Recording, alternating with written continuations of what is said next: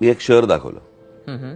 तिकडचे ट्रॅफिक, तिकडच्या गाड्या, तिकडची सिस्टम्स वगैरे वगैरे. मग मी एक दुसरं शहर दाखवलं की तिकडच्या सिस्टम्स कशा आहेत आणि किती म्हणजे चकाचक ती शहरं सगळे आहेत आणि ते सगळं असं दाखवलं.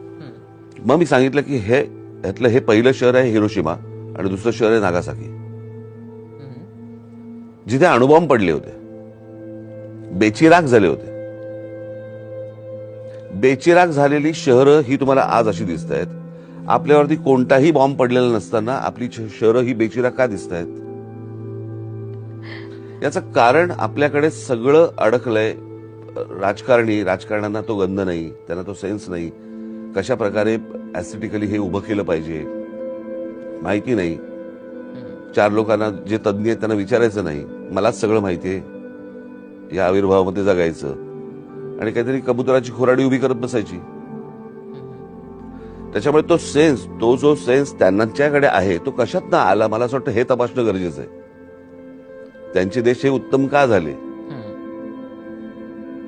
ते प्रत्येक नाही, गोष्टी आणि हा प्रश्न आपल्याला जेव्हा आपण बाहेर फिरतो तेव्हा प्रत्येकाला पडतो. आल्यावर का विसरतो? ते आहे.